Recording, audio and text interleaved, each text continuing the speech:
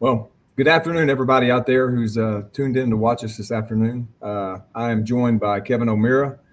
Kevin is the Executive Vice President of Business Transformations at Shaw Industries. And, we're going to talk some this afternoon about data-driven strategies around MHE. And really happy that Kevin was nice enough to actually join us for this conversation. Kevin and I have known each other since actually goes all the way back to 2009. Very, very fortunate to have actually met Kevin back in those days. We had a really interesting idea that we pitched to him, and he believed us enough to actually give us an opportunity to actually implement a very interesting business in the MHE space that somewhat it goes against the grain a little bit. And so I've known Kevin for a long time. Obviously, he is an absolute expert when it comes to all things supply chain, as well as, many other topics. But Kevin, appreciate you joining us today, and just want to thank you. Yeah, thank you for having me, Jeff. I look forward to the conversation. Yeah. So just really kind of, through the introduction there, I want to go through kind of what we were going to hopefully touch on. And we've got our agenda really is to look at asset lifespan, asset optimization, and then asset safety. And obviously safety is always number one topic, right? So it's not third because of that, right? But I think our conversation will lead into, the lifespan as well as optimization, and obviously how that all sort of dovetails into, the overall safety of an MHE fleet, right? So really kind of to get started here, with our theme of data driven, really, getting into your MHE, the management of your assets, sort of want to go through the lifespan, right? Kevin, one of the things that we have seen through our time in the industry, I've been in the material handling space since 2005, and started the MHE Solutions business back in 2009. And one of the what in your opinion, right, as in your length of service working in the supply chain, so on and so forth, what are the common pitfalls when determining how long you should keep your equipment, right? When you start thinking about, there's always this philosophy, right? Do you do, is it 2 years, 3 years, or do you keep it for 9 or 10, right? So what are some of those common pitfalls that you have seen over your years of managing fleets and so on and so forth? Well, I'll tell you, the common pitfall is pretty much what you just described. And it's not necessarily a pitfall because it was a problem, but I'll explain this a little bit in that the pitfall that exists today is people apply a rigid rule to the management of their MHE fleet. And I will say 30 years ago, 20 years ago, that's about all you could do, because you had to kind of work with rules of averages and kind of do that, and of course we all know whenever you're working with rules of averages, you have incredible waste on both sides of the curve. But today, if you use a proper tools to collect data on your equipment, you really can have almost a plan for every piece of equipment, because the data is available if you use it properly. The computing power is available to give you the data and give you the signals, and then you literally plan for that piece of equipment. So that's kind of one of the biggest ones that I'd say is a pitfall, is applying rules of thumb, which for all the right reasons were key 20 years ago, are not needed anymore. You can go piece by piece.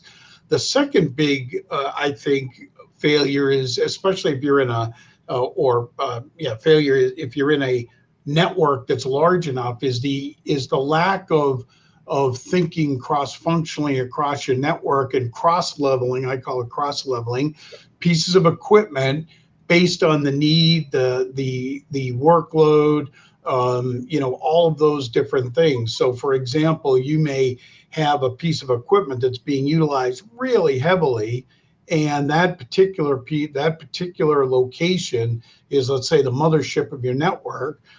So you want the best equipment there. Well, as that piece of equipment gets older, you might be able to move it to another location that isn't as work intensive. It still has quite a bit of life left on it, but you don't want to put your big productive location at risk with an older piece of equipment. So come back to data, collecting the data, having a plan for every piece of equipment. Those are the things you do now that you didn't do before, that if you're still operating the way you did before, that's what I would call as a pitfall. Yeah. Yeah. That's, your point there, right? When you start looking at, and that will sort of take us into, our conversation in a few minutes in regards to optimization, right? And looking at total utilization.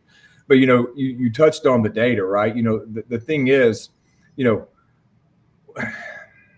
fleets are somewhat, due to, financing options, right? Due to, how it is that you actually buy them. A lot of times, we think that there's, the flexibility is not there to do what you're talking about, right? But again, if you're looking at, using your, the flagship location that you just noted, right? But obviously, as you look across your network, right? But if you are actually tracking data, right? If you are actually looking at your hours that you're putting on the trucks, right? The expense that you have, and from the standpoint of, maintenance, parts, things such as that, obviously measuring downtime, all of those kinds of things, right? That will allow you then to make those better decisions, right? The other thing, I think, that I would note here too, adding to your comment, till I get to the next question, is, really looking at that total cost of ownership, right? When you start looking at your fleet, right? Are you measuring, right? Lots of folks think, okay, I'm going to do a great job on the front end, and I'm going to negotiate the best I possibly can to get the trucks, as cheap as I possibly can get them. But then they never measure how much money they spend on the equipment afterwards, right? So when you start looking at, those pitfalls of how long you should keep it, right? My rule of thumb is when do the lines cross, right? When do they cross? When does it cost you more to operate this equipment than it would to actually have a new piece of equipment, right? So that weaves into the question of, so we start thinking about, how long we're going to run our equipment. Sometimes how we actually get, the length of how long we can actually run our equipment really kind of comes to the point of, what happens when you start cutting corners in your service, right? When you start extending PMs, or you start, basically neglecting, your normal sort of repairs that should be done. You're not changing your tires, things such as that. So from your standpoint, when you start cutting corners, how does that really, impact your fleet, as well as the longevity of your fleet? And, or I guess even adding to that question, do you're actually cutting corners, right? Yeah. So look, if you have a decent sized warehouse or manufacturing facility, the single biggest cost you have is downtime. Right. That's the single biggest cost. And some people, and I've seen this where, because you can line item repair expenses and those things so easily, that's what they measure, and they look at that, and they don't think about, boy, this person was out of commission for 45 minutes because something that we could have done on the front end, we didn't do, and therefore that person is not being productive in the location. I mean, we get, it's interesting because it's usually the same, leadership group. It's a logistics group. They understand that when it comes to trucks and trailers on the road. Right. Like the last thing you want is a driver on the side of the road broke down. But in warehouses, for some reason, we kind of accept it a little bit. And what I think people have to do is somehow put a monetary value on that downtime. If they put a monetary value on that downtime, then they will increase their preventive maintenance, or at a minimum, they'll make sure they don't skimp on their preventive maintenance, because that downtime's so expensive. The other piece to it is that, people come to work every day, and we all know how hard it is to get really great quality workers in a warehouse. Part of that is dignity and respect for the folks in the warehouse. And you show them dignity and respect by giving them a great piece of equipment to use that is well maintained, that allows them to do their work, that they don't have to worry about, am I going to be sitting around or what have you. I mean, you just think about us, we're working in offices. Think about how many offices are getting renovated right now and everything because we want them to be nice. And that's all about dignity and respect for the associate. And so dignity and respect for the associate is about keeping a nice piece of equipment ready for them to operate. And then the third one, which I know we'll get to, which is safety. Yep. You know, safety is absolutely paramount and first. And if maybe you change that tire, you know, a month early, you know, maybe you could have squeezed another month out of it if you were lucky. But reality is, I'm not willing to put the safety of my associates at risk by waiting for their piece of equipment to have what could be a catastrophic failure, just because I saved a few bucks on the front end. That's exactly right. And I mean, that's a great point, Kevin. You know, I was actually last night looking at my wife's tires on her car, and I was going, all right, we've got to get new tires, right? I mean, I love my wife, right? I value my family. And so therefore, no different than our associates, right? I know, you know, those that we're responsible for, we have a great deal of care for them, and we want to make sure that they're operating a safe piece of equipment. So really, when you start looking at, cutting those corners, right? The thing is, you know, the question is do you know, right? Do you know that you're actually cutting those corners? You know, you've got, you're let's just say you're a supply chain manager you've got 15 locations underneath your, responsibility, right? And, or you're a manufacturing manager or a plant manager in a 4 million square foot facility, and you've got 300 forklifts running in that location. You know, do you know, right? And so, the future, as you noted, right? The tools, the technology that is there, those are questions that you need to be looking at in your fleet so that you can address the things that Kevin just noted there, right? So that was a great call out there, Kevin. The other thing too, that we're seeing from our customers now, the customers that we actually are contracted with, we are actually beginning to measure downtime. And I wanted to come back to what you actually noted in that earlier. That was a great comment about, last thing you want to see is your tractor, pulled off on the shoulder, going down the road, and you're not delivering product, or product's not getting to your facility, whatever that may be. And so we're being held accountable, right, for downtime. And so no different than the over the road fleet. Same thing for your fleet inside of your building, right? That's the single biggest expense you have. I mean, by far, if almost always, I suppose there might be somebody that can show me that in their particular application there's something bigger, but almost always the biggest expense is the productivity of associates. Yep. And the productivity of associates is key. And by the way, I fundamentally believe in kind of theory-wide management, which is everyone wants to do a great job. And so it's disappointing to them as well. Yep. If they have to be on the side of the warehouse waiting for some piece of equipment, not in the game, actually producing for their team members and their company. All right. So they only gave us 20 minutes, Kevin. So I'm going to move us forward here, right? Because Right. We'll probably talk about this more, but this will actually kind of fit into asset optimization.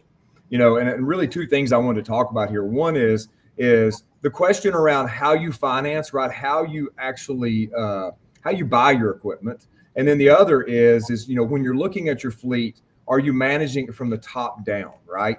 And I think those two go together, because if you're looking from the top down, that will in some instances help you determine how you actually finance your equipment, right? And I know that individual companies, individual operations have many other, there are rules and there's criteria, right, that are set up by their finance, by the finance department / accounting. However, one question, right, should you lease or should you purchase your equipment?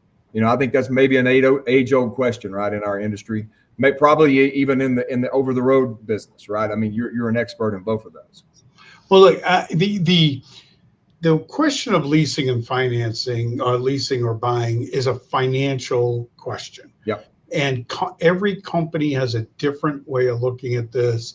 I've been in publicly held companies which have at least the one I was in was very much lease, because, for whatever reason, balance sheet reasons, whatever.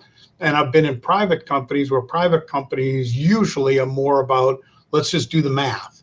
Whatever the math tells us to do, we do. Right. They're probably not as rigid. So my suggestion on this one is become very close and be a partner with your CFO or your financial person that you're aligned with, is if you're running a supply chain department. Become very close with them, and quite frankly, let them kind of work you through what makes sense. Because at the end of the day, you're spending the money one way or the other. You're spending the money, and you got to decide what makes sense. So that would be the first thing.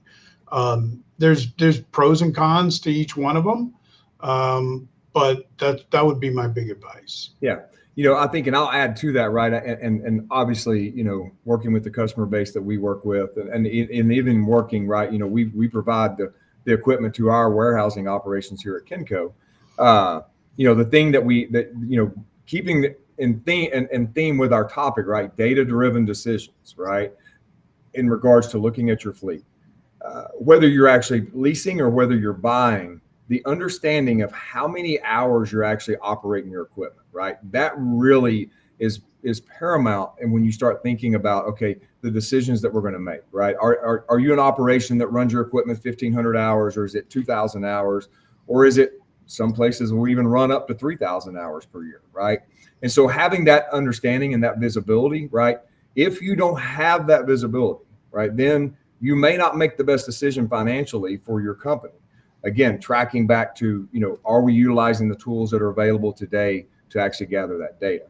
So, Kevin, I wanted to switch real quickly to, the top-down approach, right? And what I mean is, are you looking for uniformity across your fleet, right? In instances where, when you go out and you're actually looking at, okay, my fleet is maturing, right, or wherever that may be, are you looking at it from a standpoint of looking at it from basically a 30,000 foot level across all your operations, right? So that you can basically maximize the investment of your company. You have any experience with that, or anything that you would want to add to that? Yeah, I think personally, and I'm just writing a quick note because I want to make sure I mention this. I think uniformity is kind of a leading practice, I will call it. Yep. And I say that because uniformity leads to flexibility. Yep. When you have pieces of equipment that can do multiple things, you're not tied to trying to perfectly align this specific operation with this specific piece of equipment, and then you run the risk of that piece of equipment's down, so now we can't do this operation. Whereas if you were uniform and you were, at a higher level, then any piece of equipment could almost do anything. Now, I fully understand that there are, there are applications for big giant clamp trucks, and so you're not going to make everything a big giant clamp truck or whatever. But I get that. But for the most part, you want to try and be uniform for that reason, flexibility. And then secondly, as you know much better than I do, from a maintaining, from a planning standpoint, all of those things, it's much easier to do that with a uniform fleet. We all know the story of, Southwest can turn an airplane and, half the time any other airline can. Why? Because they fly the same darn plane up until this last Boeing fiasco. But yep. Forget that. They fly the same darn plane, and so it's really easy to maintain them. That's right. And you touched on all that, right? And the thing is that we see, I have two examples of customers I've dealt with this week that we're actually somewhat consulting with, and they have a situation where their trucks, they have transmissions that are going out on them, and it's because they're running 5,000 pound trucks when they should have been running 6,000 pound trucks, right? The price difference in a 5 and a 6 is basically negligible. I mean, it's not even, it's crazy, right? So interesting, comment. We're actually, our moderator here is asking us to move on because we're getting really close. So I want to get into safety real quick. And one of those is obviously tying off of the top-down approach to uniformity, right? How does fleet uniformity improve safety, in your experience? Well, I look, if I'm an operator and I'm getting on the exact same type of equipment, exact same piece of equipment every day, I am going to become a massive expert Yep. on how that piece of equipment operates. Right. And it, by the way, it also includes different, even it may be the same spec, but is it a stand up, sit down? Is it this company or that company?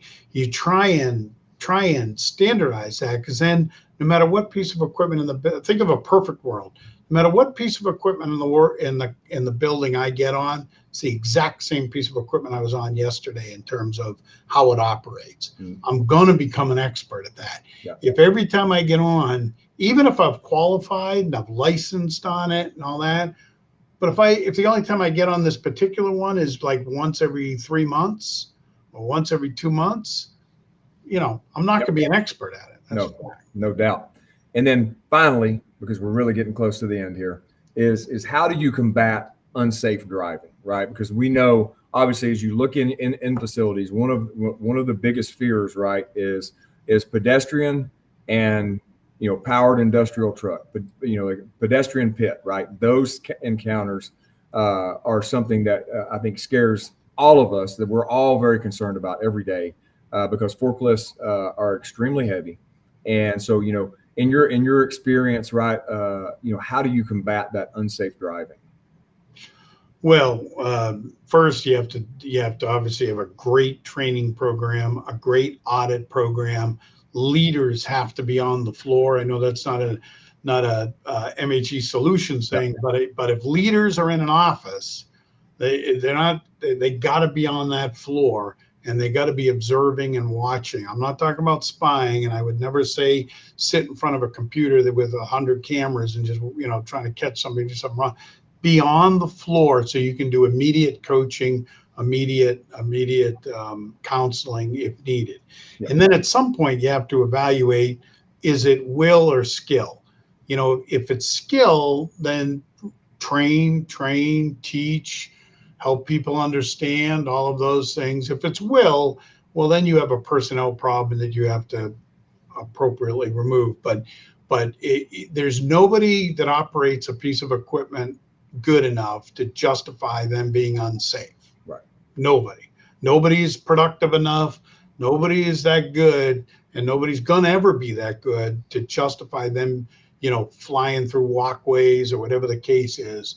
You just gotta, those folks that aren't willing to do it, you gotta move them on. Yeah, very well said. Kevin, I really appreciate your time, and thank you for being willing to. I know you're a busy man. I appreciate you taking the time out to actually talk with us. Hope that everyone joining us here this afternoon found this beneficial. And Kevin, thanks again.